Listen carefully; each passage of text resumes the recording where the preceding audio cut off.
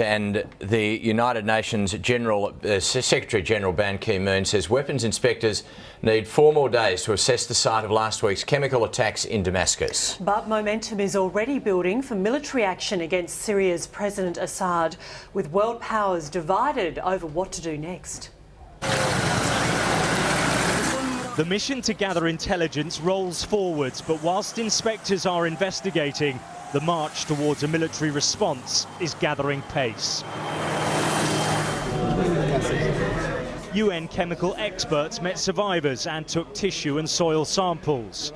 As they worked, though, there was an acknowledgement from the Syrian regime that a chemical assault did take place. It alleges, though, it was the work of the rebels. Armed terrorist groups use sarin gas at all these sites, and we repeat that the terrorist groups are the ones who use them, with American, British and French encouragement. This encouragement should stop. It may be that the conclusions of the UN team are only a factor in the West's intelligence dossier.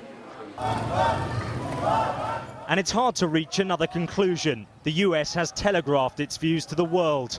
There is, it claims, no doubt this chemical attack was ordered by President Assad.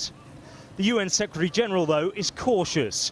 He says the inspection team must be allowed to do its work. It is essential to establish the fact.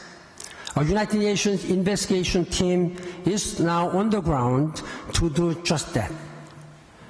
Just days after the attacks, they have collected valuable samples and interviewed victims and witnesses. The team needs time to do its job. But the intelligence on what happened is still controversial and divisive. Syria's ally Iran has warned intervention will be a disaster. The Supreme Leader has described the region as a gunpowder store. And as the choreography of war takes shape, those fears are being felt across the Middle East. Army exercises are taking place in Israel, and its alarmed citizens are buying gas masks. The fear is intervention could escalate the conflict in Syria far beyond the rubbled cities, smashed over the last 2.5 years of fighting.